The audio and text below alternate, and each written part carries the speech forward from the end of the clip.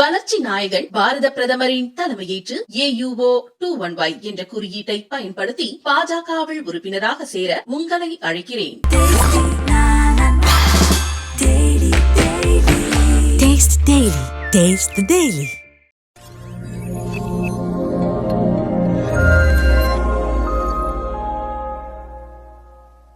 அரசியல்வாதி எம்எல்ஏவாக இருந்தாலே விண்டோஸஸ் எல்லாம் இன்ஃப்ளூயன்ஸ் பண்ணலாம். அமைச்சராகிற போது விண்டோஸ் எல்லாம் கலைக்கிறதுக்கான வாய்ப்புகள் இருக்குது. ரெண்டாவது தமிழ்நாட்டுடைய முதலமைச்சர் யோசிச்சிருக்கணும். நிபந்தனை ஜாமீனில் ஒருத்தர் இருக்கார். அட்லீஸ்ட் அந்த நிபந்தனை ஜாமீன் ரிலாக்ஸ் ஆக வரையிலுமாவது அவரை அமைச்சராக்காமல் இருந்திருக்கணும். போலீஸ் ஸ்டேஷனில் போய் கையெழுத்து போடுவார். வார்த்தை 2 நாள் எப்படி ஒரு மினிஸ்டர் போய் அங்கே போய் கையெழுத்து போட போவார்? போலீஸாருடைய நிலை என்ன? ஒரு ஆல்கால் சாப்பிடுறது கூட பர்மிட் ரத்து பண்ணுன்னு காமராஜர் ஆண்ட இந்த நாட்டில் இவ்வளவு பெரிய குற்றம் புரிந்து இவ்வளவு நாள் ஜெயிலில் இருந்து நிபந்தனை ஜாமீனில் வெளியே வந்தவருக்கு 4ஆம் நாளே பதவி கொடுத்துருக்காரு. தப்பான முன்னுதாரணமாக ஆளுநரே அவருக்கு பதவி பிரமாணம். ஆளுநர் அமைச்சரவை யாரை கிளியர் பண்ணி பண்ணாலும் பதவி ஏற்றாங்க. இல்லைன்னா ரவி ஒளிகன்னு சொல்லி பெட்ரோல் பம்ப் போடுவாங்க. கோவி செழியன் அவர்களை உயர்கல்வித்துறை அமைச்சராக ஆக்கியிருக்காங்க. நான் கேட்குறது உயர்கல்வித்துறை அமைச்சரானாலும் பரவாயில்ல, துணை முதல்வர் ஆக்குவாங்களா? முதல்வர் ஆக்குவாங்களா? சமூக நீதி பேசுகிறவங்க பட்டியலின சமுதாயத்தை சேர்ந்த அம்பேத்கர் கண்ட கனவை மார்ட்டின் லூதர் கிங் சொன்னார். எப்போ சமத்துவம் வரும்னு கேட்டோடனே, என்னுடைய குழந்தைகள் வெள்ளைக்கார குழந்தைகளோடு ஒன்றா ஒரே டேபிளுக்கு எப்போ சாப்பிட்றாங்களோ அன்றைக்கு தான் சமத்துவம். நாடு சுதந்திரம் அடைந்து அரசியலமைப்பு சட்டம் அமலுக்கு 1950 89 வரை இவர்களை பற்றி நினைக்காது. டிஓபிடி அமைச்சர் நாராயணசாமி, உள்துறை அமைச்சர் சிதம்பரம், என்னுடைய சேர்மன் ஜஸ்டிஸ் MN ராவ், அதுக்கடுத்து 2வது ஜஸ்டிஸ் ஈஸ்வரையா, நாங்கள்லாம் பல முறை சந்தித்து தேசிய பிற்படுத்தப்பட்டோர் ஆணையத்துக்கு அரசியலமைப்பு சட்ட அந்தஸ்து கொடுங்க, வர்ற கம்ப்ளைண்ட் எல்லாம் நாங்கள் SC கமிஷனுக்கு அனுப்புகிறோம். SC கமிஷன் அவங்க வேலையை பார்க்கவே அவங்களுக்கு நேரம் இல்லை. மசோதாவை தோற்கடித்த 3 நாடாளுமன்ற உறுப்பினர்கள் திருச்சி சிவாவும் ஒருவர். தமிழ்நாட்டில் சமூக நீதி பேசுறவங்க திருச்சி சிவா மேல திமுக என்ன நடவடிக்கை எடுத்தது? மாறா அவருக்கு மீண்டும் ராஜ்யசபா MP கொடுத்ததா மிச்சம். இங்கொண்டு பேசுறது அங்கொண்டு செய்யறதுங்கிறது. நம்முடைய ராகுல் காந்தி எப்படி நாடாளுமன்றத்தில் 50% மேலே இடஒதுக்கீடு வழங்க வேண்டும், 27% உயர்த்த வேண்டும்னு பேசிட்டு அமெரிக்காவில் போனோன்னு இடஒதுக்கீட்டை ஒழிக்க வேண்டும்னு பேசுறது இந்த திமுகவோட சேர்ந்தனால அவருக்கு வந்தது தான். ஜாதியின் அடிப்படையில் இடஒதுக்கீடு வழங்காதீர்கள், பொருளாதாரத்தின் அடிப்படையில் இடஒதுக்கீடு வழங்குறது நேரு எழுதுகிறார். அந்த நேரு சொன்னது 6/9/90 ராஜீவ்காந்தி எதிர்ப்பு தெரிவித்தது. மண்டல் கமிஷன் அறிக்கையை ராஜீவ்காந்தியும் இந்திரா காந்தியும் புறக்கணிச்சு தான் இன்னைக்கு ராகுல் காந்தி செய்கிறார். ஆனால் மாநில அரசுக்கு அதிகாரம் இல்லைன்றத ஸ்டாலின் அவர்கள் பதிவு பண்ணுறாரு. உதாரணத்துக்கு பீகாரில் எடுத்தாங்க, என்ன ஆச்சுன்றதை கேள்வி எழுப்புறாரு. ஏன் வேறு கேட்கலாம்ல ராகுல் காந்தி? சித்தராமையா எடுத்தார், ஏன் அதை வெளியிடாம வச்சிருக்காங்க? சித்தராமையா எடுத்தார்ல, ஆமாம், உச்சநீதிமன்ற தீர்ப்புக்கு அப்புறம் அதே வெளியிடாம வச்சிருக்காங்க. எடுக்க முடியாது. ராகுல் காந்தி சொல்றார் ஜாதிவாரி கணக்கெடுப்பு கான்ஸ்டியூஷன் எடுத்துக்கிட்டு சொல்றாரு. கான்ஸ்டியூஷன் காலில் போட்டு முடிச்சுதான் இவங்க தானே 1957 ஜவஹர்லால் நேரு கான்ஸ்டியூஷனை தூக்கி எறிஞ்சிட்டு தானே கேரளா அரசாங்கத்தை கவனிச்சாங்க. ஏன் இவர் சித்தராமையா எடுத்து ஜாதிவாரி கணக்கெடுப்பை வெளியிடுன்னு சொல்ல முடியல?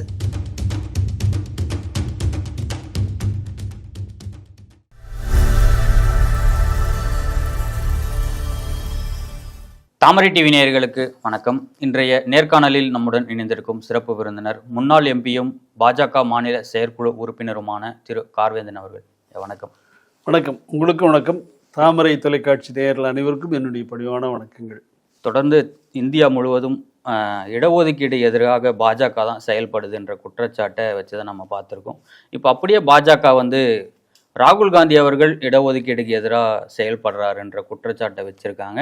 அதுக்கு சம்மந்தமாக புகாரும் கொடுக்கப்பட்டிருக்கு. உண்மை என்ன சார் இதில்? அது தாழ்த்தப்பட்டோர் இதர பிற்படுத்தப்பட்டோருடைய இடஒதுக்கீடு இந்த நாடு சுதந்திரம் அடைந்த காலத்திலிருந்து அதனுடைய வரலாற்றை பின்னோக்கி பார்த்தால் இதர பிற்படுத்தப்பட்டோருடைய இடஒதுக்கீட்டு எதிர்ப்பாக இருந்ததே காங்கிரஸ் மட்டும்தான். இந்த நாடு சுதந்திரம் அடைவதற்கு முன்பாக எஸ்சி எஸ்டி யார் என்பது அடையாளம் காணப்பட்டது.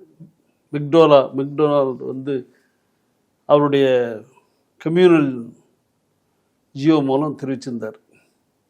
இந்த நாடு சுதந்திரம் அடைந்த உடனே 26/1/1950 அரசியலமைப்பு சட்டம் அமலுக்கு வருது. அப்போ கான்ஸ்டியூஷனல் எஸ்சி எஸ்டி ஆர்டர் அமல்படுத்தப்படுகிறது. யார் எஸ்சி யார் எஸ்டிங்கிறது. பிற்படுத்தப்பட்டவர் யார்? நம்முடைய அரசியலமைப்பு சட்டத்தில் எந்த இடத்துலையும் பிற்படுத்தப்பட்டவர் யாருன்னு சொல்றதில்லை. அதுக்கடுத்து அம்பேத்கர் ஒரு ப்ரொவிஷன் வந்தார். ஆர்டிகல் 340 சப்கிளாஸ் உள்ள ஒரு தேசிய பிற்படுத்தப்பட்டோர் ஆணையம் அமைத்து இந்த நாட்டில் வாழுகிற இதர பிற்படுத்தப்பட்டோரை எல்லாம் அடையாளம் கண்டு அவளுடைய எதிர்கால நன்மைக்கு என்ன செய்ய வேண்டும் என்பதை அரசு தீர்மானிக்க வேண்டும் என்று. ஆனால் நம்முடைய பாரத பிரதமர், அப்போதைய பிரதமர் ஜவஹர்லால் நேரு அதுக்காக எந்த முயற்சியும் செய்யலை. அம்பேத்கர் அவங்க வந்து 27/9/1951 தன்னுடைய பதவி விலகிறார். 10/10/1951 நாடாளுமன்றத்தில் ஒரு ஸ்டேட்மெண்ட் வைக்கிறார். அதில் 10 காரணங்களை சொல்றார். அதில் ஒரு காரணம், இந்த அரசாங்கம் இதர பிற்படுத்தப்பட்டோரை அடையாளம் காண தவறிவிட்டது, அவருடைய நன்மைக்காக எந்த நடவடிக்கை எடுக்க தவறிவிட்டதுன்னு சொல்றார். இது நாடு முழுவதும் பெரிய பிரச்சனை வந்தோடனே 1953 29/1/1953 முதல் தேசிய பிற்படுத்தப்பட்டோர் ஆணையத்தை காக்கா கல்லேல்கர் கமிஷனை ஜவஹர்லால் நேரு நியமிக்கிறார்.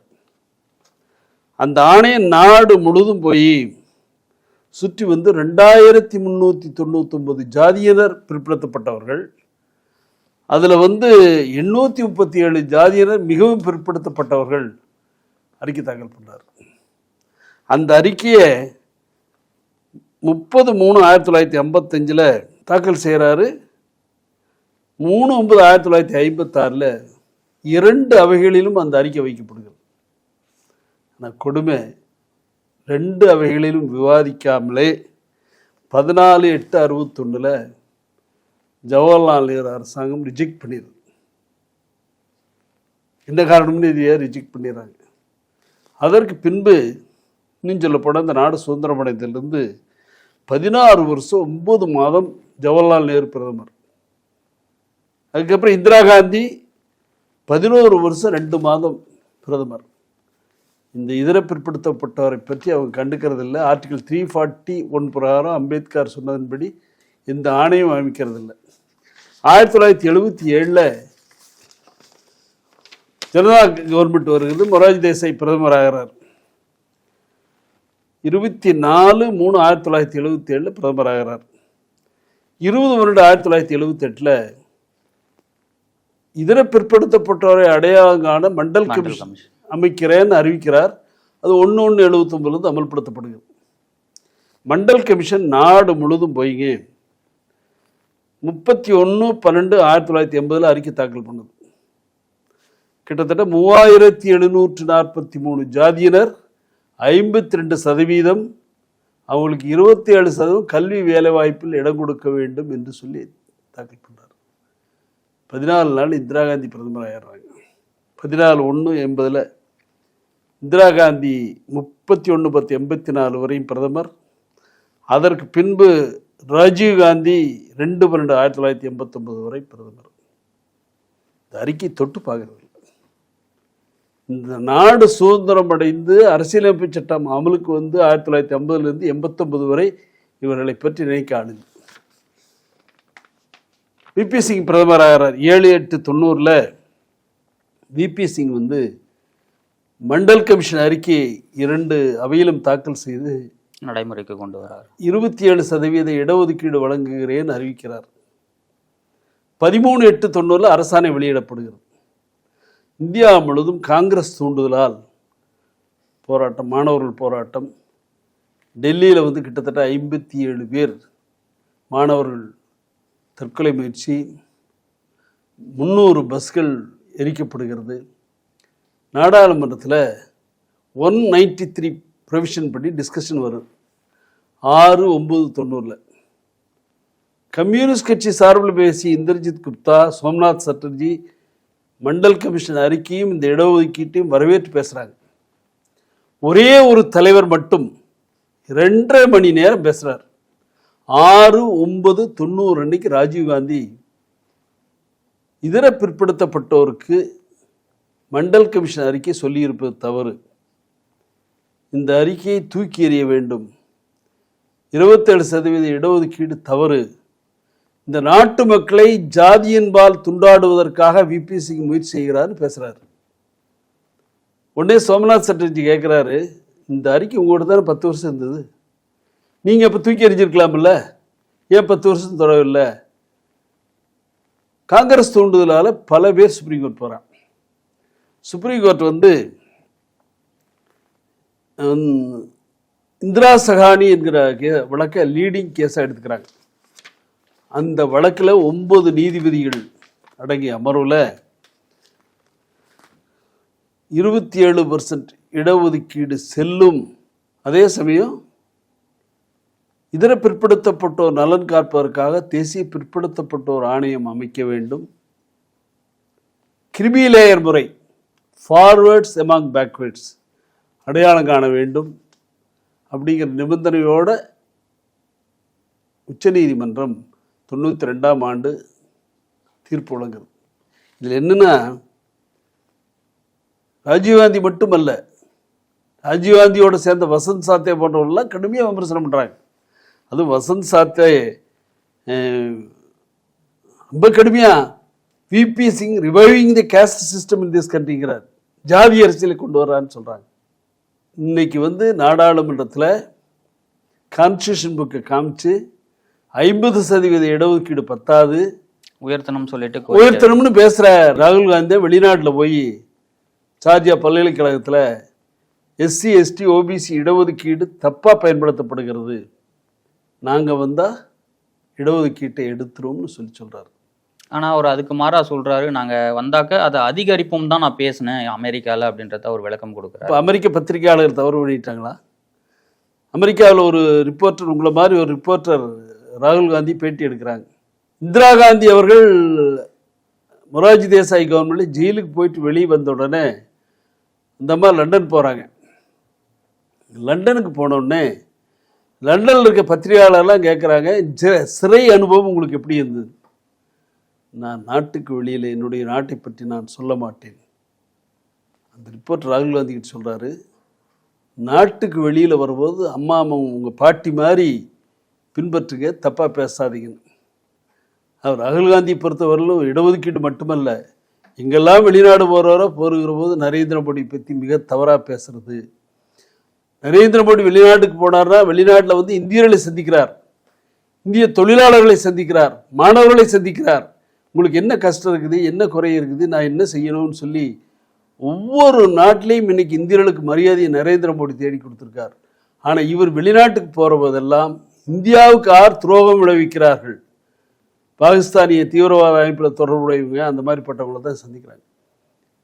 ஆனால் அதோடு மட்டும் இல்லாமல்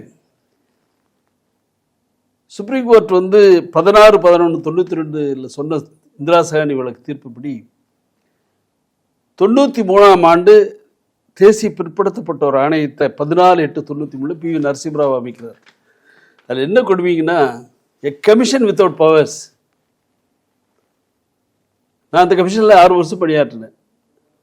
பிசி கமிஷன்கிட்ட நீங்கள் ஒரு ரிப்போர்ட் கொடுக்குறீங்க, எனக்கு இந்த பாதகம் ஏற்பட்டுருச்சு, எனக்கு வர வேண்டிய வேலை வாய்ப்பு இன்னொருத்தர் கொடுத்துட்டாங்கன்னு கொடுத்தீங்கன்னா, that report will goes to SC commission. தொடர்ந்து எல்லாரும் வலியுறுத்துறாங்க, பிசி கமிஷனுக்கு கான்ஸ்டியூஷனல் பவர்ஸ் கொடுக்கணும்னு சொல்லி. நம்ம ஊரில் இருக்கிற திராவிட முன்னேற்ற கழகம் பார்த்தீங்கன்னா, தேர்தல் அறிக்கையில் 2011 அறிக்கையாக இருந்தாலும் சரி, 2011 இருந்தாலும் சரி, 2016 இருந்தாலும் தேசிய பிற்படுத்தப்பட்டோர் ஆணையத்திற்கு அரசியலமைப்பு சட்ட அந்தஸ்து கொடுக்க வேண்டும்னு கோரிக்கை.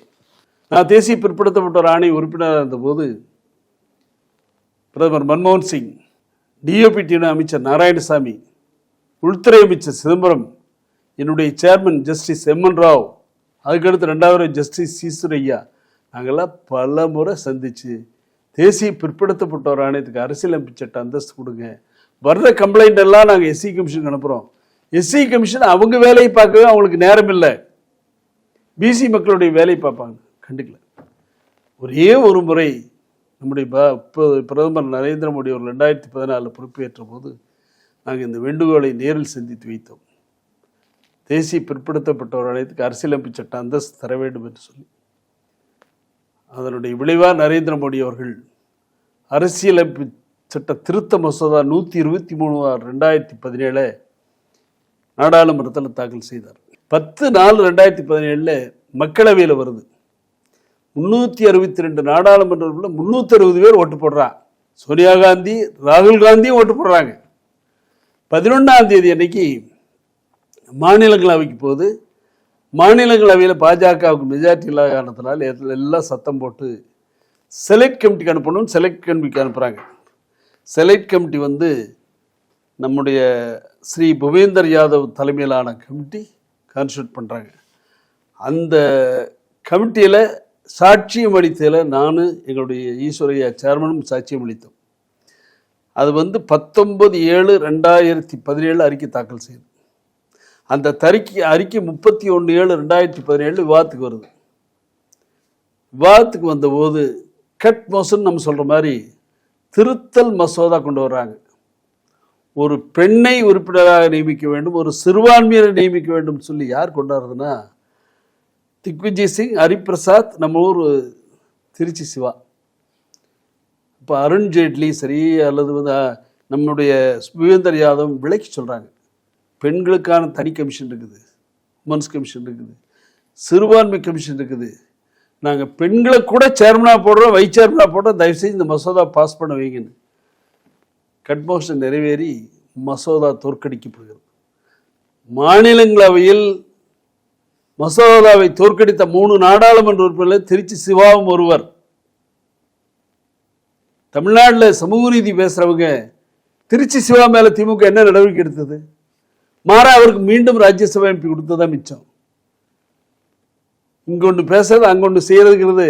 நம்முடைய ராகுல் காந்தி எப்படி நாடாளுமன்றத்தில் 50% மேல இடஒதுக்கீடு வழங்க வேண்டும், 27% உயர்த்த வேண்டும்னு பேசிட்டு அமெரிக்காவில் போனோன்னு இடஒதுக்கீட்டை ஒழிக்க வேண்டும் பேசுறது இந்த திமுகவோட சேர்ந்தனால அவருக்கு வந்ததுதான்.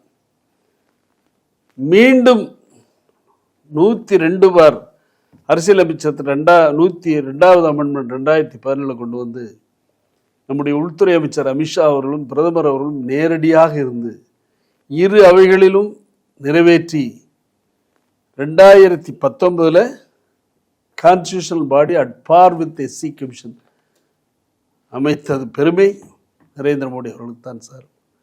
ஆக காங்கிரசுடைய வரலாறு இடஒதுக்கீட்டு கருப்புத்தான். காக்கா கல்லேல்கர் கமிஷன் அறிக்கையை தள்ளுபடி செய்த உடனே ஜவஹர்லால் நேரு எல்லா முதலமைச்சர் கூட்டம் நடத்திட்டு எல்லா முதலமைச்சருக்கும் ஒரு லெட்டர் அனுப்புறார். அந்த லெட்டர்ல ஜாதியின் அடிப்படையில் இடஒதுக்கீடு வழங்காதீர்கள், பொருளாதாரத்தின் அடிப்படையில் இடஒதுக்கீடு வழங்குங்கள் நேரு எழுதுறார். அந்த நேரு சொன்னது 6/9/90 ராஜீவ்காந்தி எதிர்ப்பு தெரிவிச்சது. மண்டல் கமிஷன் அறிக்கையை ராஜீவ்காந்தியும் இந்திரா காந்தியும் புறக்கணிச்சு தான் இன்னைக்கு ராகுல் காந்தி செய்யறார். ஆக இதர பிற்படுத்தப்பட்டவருக்கும் தாழ்த்தப்பட்டவருக்கும் துரோகம் தான் இவங்க செய்யறாங்க. இன்னும் சொல்ல போனா அண்ணல் அம்பேத்கருக்கு யார் பெருமை தேடி தந்தது? அண்ணல் அம்பேத்கர் ராஜினாமா பண்ணவரோ தேர்தலை சந்திக்கிறார். அந்த தேர்தல் இடைத்தேர்தலில் 52, 53 2 தேர்தல் நிற்கிறார். 2 தேர்தலை காங்கிரஸ் கட்சி தான் வேட்பாளர் போட்டு அவரை தோற்கடிக்கிறாங்க. பிபிஎஸ் சிங் அரசு வந்தவரை தான் அவருக்கு பாரத ரத்னா பட்டம் கொடுக்குறாங்க. அவருடைய 125வது பிறந்தநாள் விழாவில் தான் நரேந்திர மோடி அவர்கள் பஞ்ச திருத்தலங்கள், அவர் பிறந்த இடம், படித்த இடம், வாழ்ந்த இடம், அவர் மறைந்த இடங்கள், அவர் தகனம் செய்யப்பட்ட இடத்துலையுமே பல்லாயிரம் கோடி ரூபாயில பஞ்ச திருத்தலங்கள் அமைத்து கொடுத்ததா நம்முடைய நரேந்திர மோடி அவர்கள் தான். தாழ்த்தப்பட்ட மக்கள் தெய்வமாக போற்றக்கூடிய அம்பேத்கரை மதித்தது பாரதிய ஜனதா கட்சி அரசு தான். பாரதிய ஜனதா கட்சி அரசு எப்பொழுதும் தாழ்த்தப்பட்டவர்களுக்கும் பிற்படுத்தப்பட்டவர்களுக்கும் எதிர்ப்பல்ல. இன்னும் உங்களுக்கு குறிப்பிட்டு சொல்லணும்னா, ஆனா இந்த இடஒதுக்கீட்லயும் கிரிமி லேயர் கொண்டு வராங்கிறாங்கல்ல. Creamy layer Supreme Court judgement 1992 Indra Sawhney வழக்கில் 9 ஜட்ஜு சொன்னதுல கிரிமி லேயர். ஏன் கிரிமி லேயர்னா, கிரிமி லேயர் யார் யார் கொண்டு வந்திருக்காங்க? நம்பர் 1 கேட்டகரியில் constitutional post holders, MPs, MLAs, ministers. அரசாங்கத்துல 90 பதவிகள் இருக்குன்னா அதுல 3 பேர் தான் ஓபிசி சேர்ந்தவங்கள வராங்கன்றாங்க ராகுல் காந்தி. தப்பு தப்பு தப்பு, தவறா வேணும்னு சொல்றாங்க. அந்த மாதிரிலாம் கிடையாது. 27% இடஒதுக்கீடு எல்லாருக்கும் வழங்கப்படுகிறது. எவ்வளோ சரியாக பார்க்கறது இல்லைங்க. கிரிமிலேயர் ஒரு IAS IPS ஆஃபீஸர் இருக்காங்க, அவங்களும் 98 மார்க் வாங்குது. ஒரு சாதாரண விவசாயியோட குறை 97 மார்க் வாங்குது. நீ கிரிமிலேயர் இல்லைன்னா 98 மார்க் வாங்கின IAS ஆஃபீஸரோட பிள்ளைக்கு போயிடுது. இது 97 மார்க் வாங்கின குழந்தைக்கு கிடைக்காம போயிடுது அல்லவா? அதனால தான் supreme court forwards among backwards, அதாவது பிற்படுத்தப்பட்டவர்களில் முற்படுத்தப்பட்டவர்கள் யாருன்னு அடையாளம் காணணும்னு சொல்லி அதுக்கு ராம்நந்தன் பிரசாத் தலைமையில் ஒரு கமிட்டி போட்டு, அந்த கமிட்டி அறிக்கையில் அவர் ஜஸ்டிஸ் முதல்ல 1 லட்சம் ரூபா, அப்புறம் 2.5 லட்சம், அப்புறம் 4.5 லட்சம், 6 லட்சம், இப்போ 8 லட்சம் பண்ணியிருக்காங்க. 8 லட்சம் வருமானம் இருக்கிறவங்க. ஆனால் அதே பார்த்தீங்கன்னா C கிளாஸ் D கிளாஸ் எம்ப்ளாயீஸ்க்கு அது பொருந்தாது. குரூப் 1 சர்வீஸில் வர்றவங்க மாநிலத்தில் குரூப் 1 சர்வீஸில் RDOவா DSPயோ தாசாரா வர்றாங்கல்லங்க, அவன் 40 வருஷத்தில் குரூப் 1 ஆனானா அவன் குழந்தைகளுக்கு கிரிமி லேயர் வரும். அதே மாதிரி தொழில் செய்கிறவங்க வக்கீல்கள், டாக்டர்கள், இன்ஜினியர்கள் இவங்கெல்லாம் இருக்காங்கன்னா கடந்த 3 ஆண்டு காலம் அவர்களுடைய வருமானம் 8 லட்சத்தை தாண்டி இன்கம் டேக்ஸ் கட்டியிருந்தானா அவங்களுக்கு கிரிமி லேயர் வரும். சாதாரண மக்களுக்கு கிரிமி லேயர் வராது. அதில் ஒன்றும் தப்பு இல்லைங்க. கிரிமி லேயர் முறை கொண்டு இந்திய உச்சநீதிமன்றம் 9 நீதிபதிகள் அடங்கி இந்திரா சஹானி வழக்கில் 92 சொன்ன ஜட்ஜ்மெண்ட் தான் அமல்படுத்தியிருக்காங்க. கிரிமி லேயரில் தப்பு இல்லை. கிரிமி லேயர் முறையை வேணும்னு இவங்க சொல்லிட்டு இருக்காங்க. அதை மாற்றணும்னா 9 ஜட்ஜஸ் சொன்ன தீர்ப்பு 13 ஜட்ஜு கொண்டு போகணும். உச்சநீதிமன்றம் தான் பண்ணணும் முடியும், இவங்க பண்ண முடியாது. பிற்படுத்தப்பட்டவர்களை கிளாசிஃபிகேஷன், சப்கேட்டகரைசேஷன். இப்போ நான் இருக்கேன், நான் கொங்குவெள்ளாள கவுண்டர் BC, என்னுடைய சலவை தொழிலாளி BC, என்னுடைய சவர தொழிலாளி BC. எப்படி காமனாலிட்டி வரும்? நான் மன்மோகன் சிங் 2-3 முறை எடுத்து சொன்னேன். பாராளுமன்றத்தில் அதை பற்றி பல முறை பேசியிருக்கேன். 92 இந்திரா சஹானி வழக்கில் சுப்ரீம் கோர்ட் மத்திய அரசாங்கம் ஒரு கமிஷன் அமைத்து சப்கேட்டகரைசேஷன் பண்ண வேண்டும் சொல்லியிருக்குது. யாருமே கண்டுக்கல. 2017 டெல்லி தலைமை நீதிபதியாக ஓய்வு பெற்ற ரோகிணி தலைமையில் கமிஷன் அமைத்தது நரேந்திர மோடி. அந்த கமிஷன் அறிக்கை தாக்கல் பண்ணியிருக்காங்க. ABC கேட்டகரின்னு பிரித்து படிச்சறிக்கை போனீங்கன்னா பிச்சைக்காரன்னு ஒரு சாதி இருக்குது. பிச்சைக்காரனையும் மற்றவரையும் இப்படி ஒன்று சேர்த்துக்கிங்க, சேர்த்த முடியாது. அதே மாதிரி நம்ம ஊரில் பார்த்தீங்கன்னா 1115 கேந்திரிய வித்யாலய பள்ளி இருக்குது, 3 வெளிநாட்டில் இருக்குது. எல்லாருக்கும் இடஒதுக்கீடு இருக்குது, BC கிடையாது. அந்த தேசிய பிற்படுத்தப்பட்டோர் ஆணையத்தினுடைய வேண்டுகோளை ஏற்று காங்கிரஸ் அரசு செய்யல, நரேந்திர மோடி தான் செய்திருக்கார். அதே மாதிரி சைனிக் ஸ்கூலில் SCக்கு இருக்குது, STக்கு இருக்குது, முன்னாள் ராணுவ வீரர்களுக்கு இருக்குது, ஆனால் OBC கிடையாது.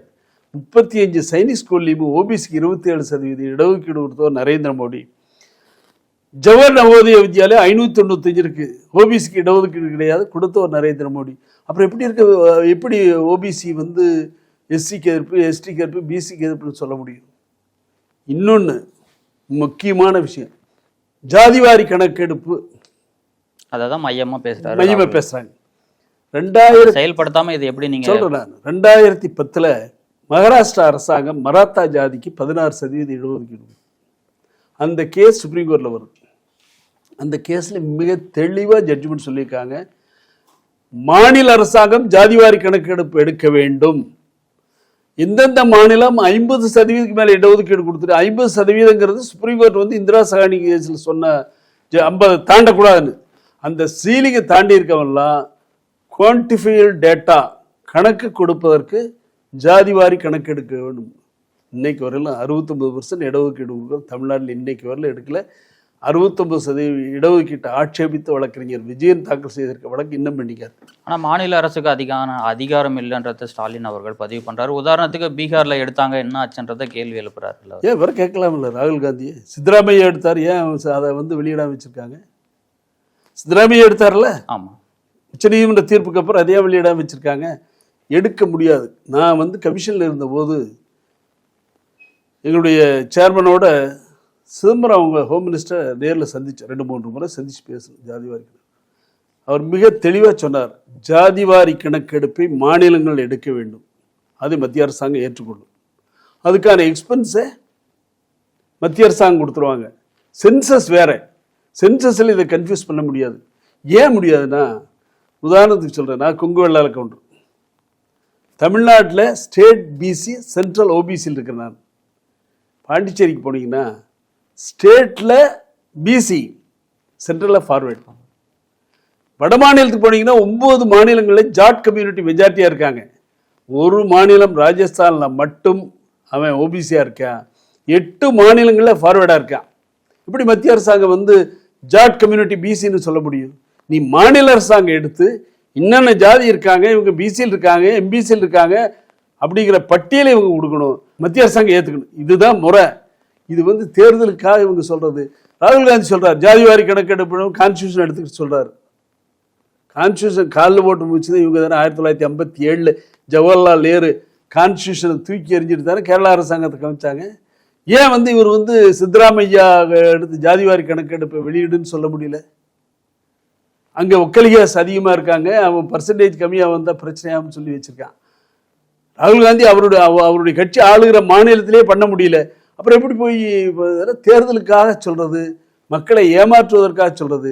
பாரதிய ஜனதா கட்சி பொறுத்தவரை பிரதமரும் சரி, ஹோம் மினிஸ்டர் மிக தெளிவாக சொல்லிட்டாங்க, மாநிலங்கள் எடுக்கிட்டு அதுக்கு என்ன எக்ஸ்பென்ஸ் வருதோ நாங்கள் ஏற்றுக்கிறோம், அவங்க கொடுக்குற லிஸ்ட்டை நாங்கள் ஏற்றுக்கிறோம். முடிஞ்சது சார். இங்கே இருக்கிற ஜாதிகளை வந்து மூல முடுக்கெல்லாம் அதை விட இன்னொரு குடும்பம் என்னங்க, ஒரு ஜாதி கீழே பல உட்பிரிவுகள். இப்போ நான் கவுண்டமாக இருக்குன்னா எனக்கு கீழே 16-17 உட்பிரிவு இருக்குது. குங்கு விளா கவுண்டரு, நாட்டு கவுண்டரு, நரம்பேட்டி கவுண்டரு. அது மாதிரி ஜாட்டில் வந்து சிதம்பரம் சொன்ன அதே காரணம் சொன்னார், 5000 வேரியன்ட்ஸ் இருக்காங்க. வேரியன்ட்ஸ் நம்ம கோத்ரான்னு சொல்கிறோம் இல்லைங்க, 5000. இப்போ செட்டியார் எடுத்திங்கன்னா தெலுங்கு செட்டியார் இருக்காங்க, நாட்டுக்கோட்டை செட்டியார் இருக்காங்க, அது மாதிரி நிறைய செட்டியார்கள் இருக்காங்க. செட்டியார் எல்லாம் பிசின்னு போட்ட முடியாது, அதை மாநில அரசாங்கம் தான் எடுக்க முடியும். அவங்க கட்சியை சேர்ந்த ஹெச் ராஜா அவர்கள் ஒரு ப்ரெஸ் மீட்டில் பதிவு பண்ணுறாரு, சாதிவாரி கணக்கு எடுப்புனாக்க நீங்கள் ஒவ்வொரு வீட்லேயும் போய் உங்கள் சாதி என்னன்னு கேட்க வேண்டியதாக இருக்கும், அது தமிழ்நாட்டில் சொல்கிறதுக்கு தயாராக இருக்கீங்களா, அதெல்லாம் நடத்துறதுக்கு சாத்தியம் இல்லைங்கிறாரு. அதாவது வந்து அவர் சொல்கிறது கரெக்ட். ஒரு வகையில் இன்னைக்கு இருக்கிற சூழ்நிலையில் போய் கலப்பு திருமணங்கள் நிறையா நடந்துகிட்ருக்குது, லவ் மேரேஜஸ் நடந்துகிட்ருக்கு நிறைய. வந்து இப்போ வந்து ஒரு கவுண்டமாக ஒரு பையன் ஒரு செட்டியார் பொண்ணை கட்டுறான், என்ன ஜாதின்னு சொல்லுவான். வீட்டில் போய் நீ என்ன ஜாதின்னு கேட்டால் அது தர்மசங்கடமான சூழ்நிலை தானே உண்டாகும். அதுதான் அவர் ஹெச் ராஜா கரெக்டாக தான் சொல்லியிருக்கார், நீங்கள் நடைமுறை சொல்லியிருக்கார். ஆனால் நம்ம மாநில அரசாங்கம் தான் அதுக்கு இன்வெஸ்டிகேட்டரை போட்டு ஒவ்வொரு ஊர்லேயும் என்னென்ன ஜாதின்னு எடுக்கணும். மண்டலுக்கு விஷயம் பார்த்தீங்கன்னா, நமக்கு விசிட் வந்தபோது ஒரு மாவட்டத்துக்கு 2 கிராமத்தான் பார்த்துருக்காங்க. 2 கிராமத்தில் என்ன எடுத்துட முடியும்? எல்லா கிராமத்துக்கும் போய் எல்லா கிராமத்து ஜாதி எடுக்கலிங்க. 52% இடஒதுக்கீடுன்னு அவங்க சொன்னால் கூட இன்றைக்கி 62%, 70% வரையிலும் ஓபிசி இருக்காங்க. அதனால் வந்து ஜாதிவாரி கணக்கெடுப்பை மாநிலங்கள் எடுக்கணும். உண்மையாகவே இன்ட்ரெஸ்ட் இருக்குன்னா மாநிலங்கள் எடுக்கணும், எடுத்த மாநிலங்களை அலோவ் பண்ணணும். இப்போ பீகாரில், நம்ம கர்நாடகாவிலாம் எடுத்திருக்கிறத அங்கீகரிக்கணும். மத்திய அரசாங்கம் அதை ஏற்றுக்குவாங்க, அதில் ஒன்றும் பிரச்சனையே இல்லை. செந்தில் பாலாஜி அவர்கள் அமைச்சராக நியமிக்கப்பட்டிருக்காரு. மறுபடியும் இது தொடர்பாக உச்சநீதிமன்றத்தில் ஒரு வழக்கு ஒன்று பதிவு பண்ணியிருக்காங்க. அமைச்சராக இல்லாத காரணத்தினால தான் அவருக்கு ஜாமீன் வழங்கப்பட்டது. இப்போ மீண்டும் அமைச்சராக இருக்காரு, ஒரு மனு ஒன்று தாக்கல் பண்ணுங்கன்னு சொல்லிட்டு சுப்ரீம் கோர்ட்டும் நேற்று ஒரு வழக்கில் சொல்லியிருக்காங்க. நீங்கள் எப்படி பார்க்குறீங்க சார்? அதில் வந்து என்னென்னா, அரசியல்வாதி எம்எல்ஏவாக இருந்தாலே விட்னஸஸ் எல்லாம் இன்ஃப்ளூயன்ஸ் பண்ணலாம். அமைச்சராகிற போது விட்னஸ் எல்லாம் கலைக்கிறதுக்கான வாய்ப்புகள் இருக்குது. ஒன்று. ரெண்டாவது வந்து தமிழ்நாட்டுடைய முதலமைச்சர் யோசிச்சிருக்கணும், நிபந்தனை ஜாமீனில் ஒருத்தர் இருக்கார், அட்லீஸ்ட் அந்த நிபந்தனை ஜாமீன் ரிலாக்ஸ் ஆக வரையிலுமாவது அவரை அமைச்சராக்காமல் இருந்திருக்கணும். போலீஸ் ஸ்டேஷனில் போய் கையெழுத்து போடணும், வாரத்தில் 2 நாள். எப்படி ஒரு மினிஸ்டர் போய் அங்கே போய் கையெழுத்து போட போவார்? போலீஸாருடைய நிலை என்ன யோசிக்கணும். காமராஜர் முதலமைச்சராக இருந்தபோது பெரியார் அவங்க ஒரு முக்கியமான நபரை மந்திரியாக்க சொல்கிறார். வீரமணி தான் போய் சொல்கிறார். வீரமணிக்கு தெரியும், வீரமணி எழுதியிருக்கார் அதை பற்றி. தம்பி என்ன ஐயா ஏதாவது சொல்லி விட்டாங்களான்னு. வீரமணி தான் போவார், ஐயான்னு தான் கூப்பிடுவார் காமராஜர். ஆமாங்க, இன்னார அமைச்சராக்கணும். கூப்பிட்டு அவர் ஆள்கால் பர்மிட் வச்சுருக்காரு, அதை ரத்து பண்ணிட்டு வர சொல்லுங்கள், நான் மந்திரி கொடுத்துட்றேன். ஆள்கால் பர்மிட் ரத்து பண்ணிடுறார். அப்புறம் அவருக்கு அப்போல்லாம் பர்மிட் இருக்க வந்தால் ஆள்கால் சாப்பிட முடியும். ஒரு ஆள்கால் சாப்பிட்றது கூட பர்மிட் ரத்து பண்ணுன்னு காமராஜர் ஆண்ட இந்த நாட்டில் இவ்வளவு பெரிய குற்றம் புரிந்து இவ்வளவு நாள் ஜெயிலில் இருந்து நிபந்தனை ஜாமீனில் வெளியே வந்தவருக்கு 4ஆம் நாளே பதவி கொடுத்துருக்காருன்னு இது ஒரு தப்பான முன்னுதாரணமாக போகும் தான் என்னுடைய கருத்து. ஆனால் ஆளுநரே அவருக்கு பதவி பிரமாணம் செய்யும். ஆளுநர் வந்து அமைச்சரவை யாரை கிளியர் பண்ணாலும் பதவியை தரானும். இல்லைன்னா ரவி ஒளிகன்னு சொல்லி பெட்ரோல் பம்ப் போடுவாங்க ராஜ்பவன் முன்னால். ஆனால் இதே ஆளுநர் தான் இதுக்கு முன்னாடி செந்தில் பாலாஜி அவர்களுக்கு அந்த பதவி கொடுக்க முடியாது அப்படின்னு சொல்லிட்டு சொல்லியிருந்தார். ஆமாம், பட் இப்போ வந்து வேறு வழி இல்லைங்களே, ரிலீஸ் ஆகி வந்துட்டார், முதலமைச்சர் விரும்புகிறாரு. உதயநிதி அவர்கள் துணை முதலமைச்சர், நீங்கள் எப்படி பார்க்குறீங்க அதை? வரட்டுக்கு ஒரு இளைஞர் வர வேண்டியதானே, அதனால் தப்பில்லை. எனக்கு பெருமை என்னென்னா அவருடைய மனைவி வந்து எங்கள் ஊர் பேத்தி. ஓகே. தாராபுரத்தில் தான் அவங்க தாத்தாலாம் இருந்தாங்க, எனக்கெல்லாம் மிக வேண்டப்பட்டவங்க. இது தாராபுரத்து பேத்தியை மணந்த ஒருவர் துணை முதல்வராக வந்திருக்கார். கடந்த காலம் அதெல்லாம் சிந்தித்து நல்லா ஆட்சி புரியிட்டு, அதை பற்றி ஒன்றும் தப்பு இல்லை. பாரம்பரியமாக வரணும்னு வர்றாங்க, அது முறை தவிர்க்கப்பட வேண்டும். அதுக்கு பதிலாக ஒரு எஸ்சிக்கு கொடுத்துட முடியுமா? நீ காங்கிரஸ் பிஜேபியில் வந்து நரேந்திர மோடின்னு ஒரு டீ ஆற்றிக்கிட்டு இருந்தவருடைய மகன் இந்த நாட்டினுடைய பிரதமர் ஆகியிருக்கார். திமுக முடியுங்களா? அந்த குடும்பம் தானே ஆகுறாங்க. இனிமே என்னுடைய வாழ்த்துக்கள். கோவி செழியன் அவர்களை உயர்கல்வித்துறை அமைச்சராக ஆக்கியிருக்காங்க. நான் கேட்குறது வந்து உயர்கல்வித்துறை அமைச்சரானாலும் பரவாயில்ல, துணை முதல்வர் ஆக்குவாங்களா, முதல்வர் ஆக்குவாங்களா? சமூக நீதி பேசுகிறவங்க பட்டியலின சமுதாயத்தை சேர்ந்த அம்பேத்கர் கண்ட கனவை மார்ட்டின் லூதர் கிங் சொன்னார்.